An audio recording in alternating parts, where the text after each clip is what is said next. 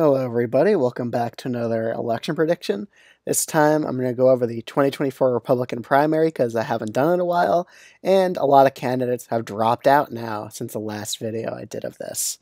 So Trump continues to dominate in the Republican Party primary. Right now, on the average, he's like around 60% in the primary polls. So it's looking like it's kind of close to over here. I mean, the only two states where any candidate has a real shot at beating Trump, where he's in the low 40s, is Iowa and New Hampshire. So Nikki Haley and Ron DeSantis, those are the only two that could probably win a state.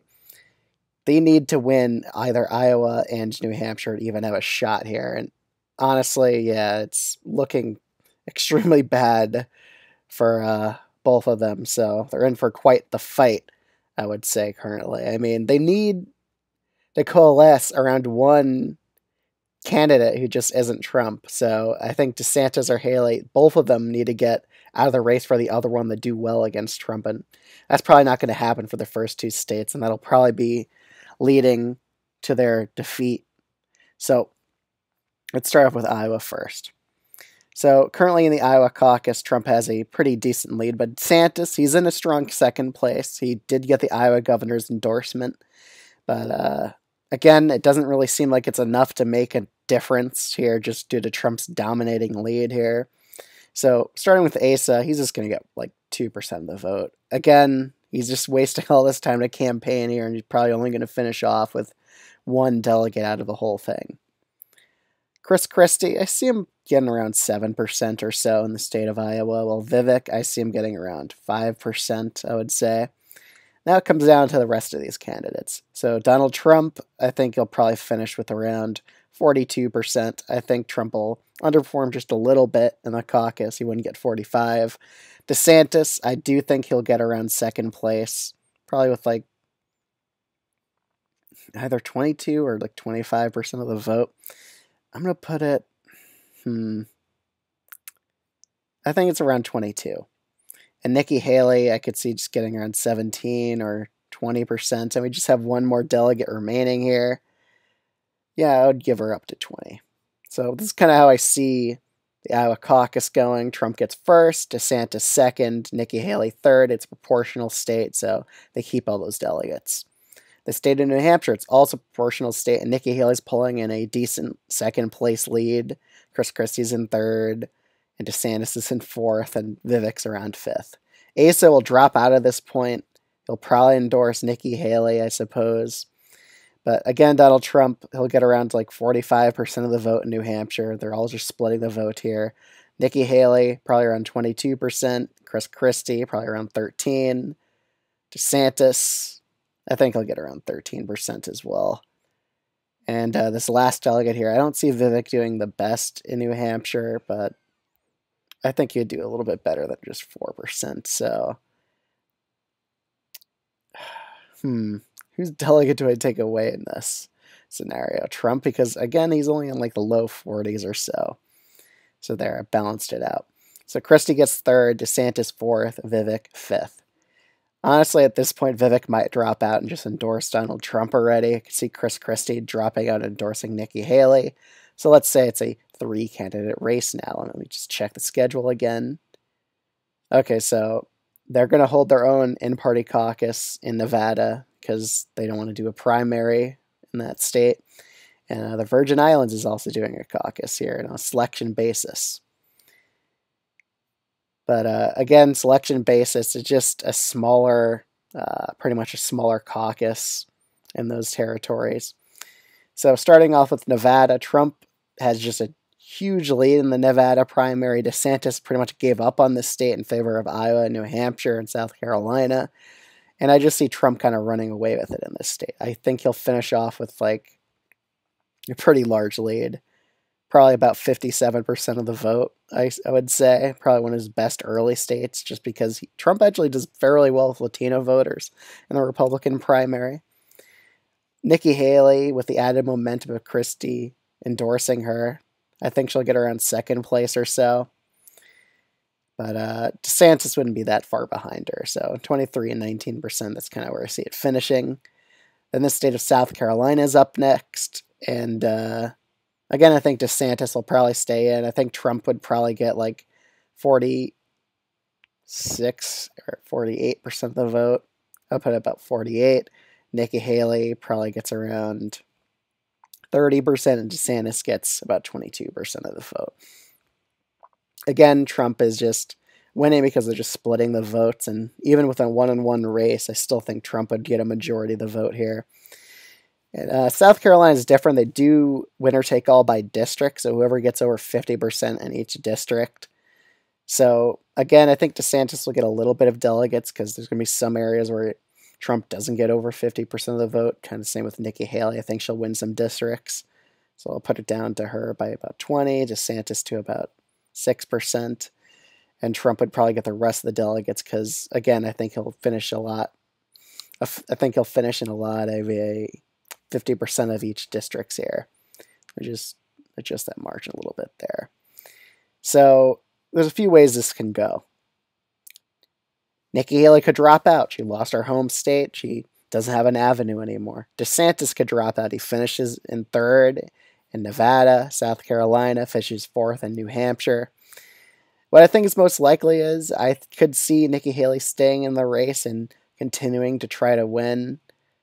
Or I could see DeSantis drop out and endorse Nikki Haley. There's a lot of ways it can go. But I think what's most likely is since Nikki Haley does have more of the delegates, she would continue anyway despite losing her own home state. So I think it's kind of much more likely that she continues to run at this point. Oh, Michigan's primary right here, that's going to be pushed to a caucus at a later date in one of the later contests in March. But we have Idaho and Missouri up next, and those are both winner take most caucuses. So again, Trump will probably win both of these against Nikki Haley relatively easily. Really don't think there's much she can do here just due to Trump having such a huge lead in the Republican primary. He wins all the early states. However, D.C., it's quite an elitist state in the primaries. This is one of these districts I actually see Trump losing here to Nikki Haley. Because again, she appeals to the more neoconservative wing here. And in D.C., they kind of dominate there. And D.C.'s winner take all, so she'll get a fair amount of delegates.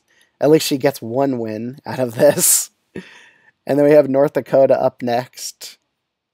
Again, I think Trump's quite favored here. Even though it'll be a smaller caucus, I still think Trump will probably win here by a pretty decent margin or so.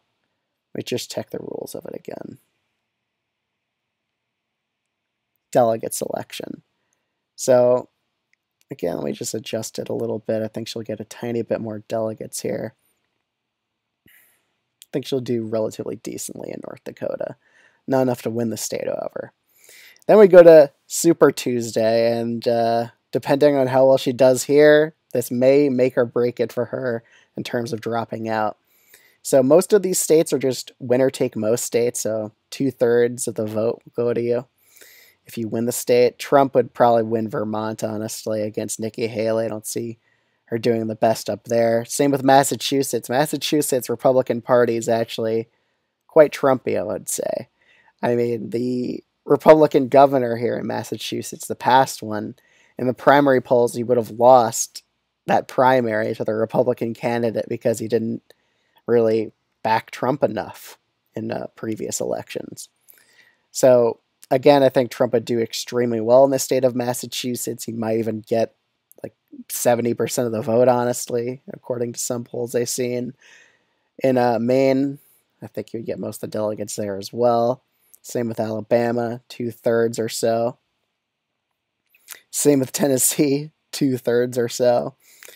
Again, even on a one-on-one race, Trump would just beat DeSantis or Nikki Haley. So, again, there really isn't much of a contest here.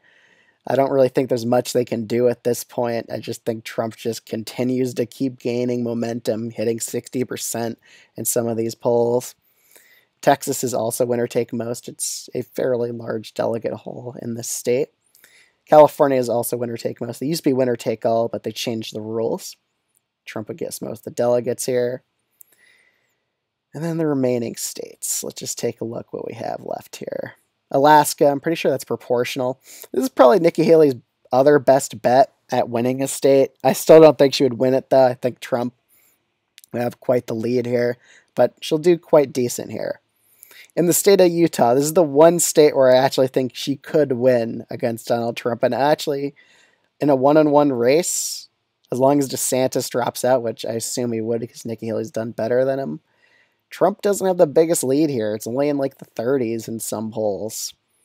Sometimes he gets as much as 48%, but I think on a 101 race, the Mormon vote, I think Nikki Haley could try to really target them in that contest. And it is a winner-take-most state, so she'll get a fairly large delegate haul here. At least she comes away with one win in a state. But that's the one state I could see just going against Trump, whoever is in a one-on-one race against him. The state of Minnesota, it's a winner-take-all state, so Trump would get all the delegates there.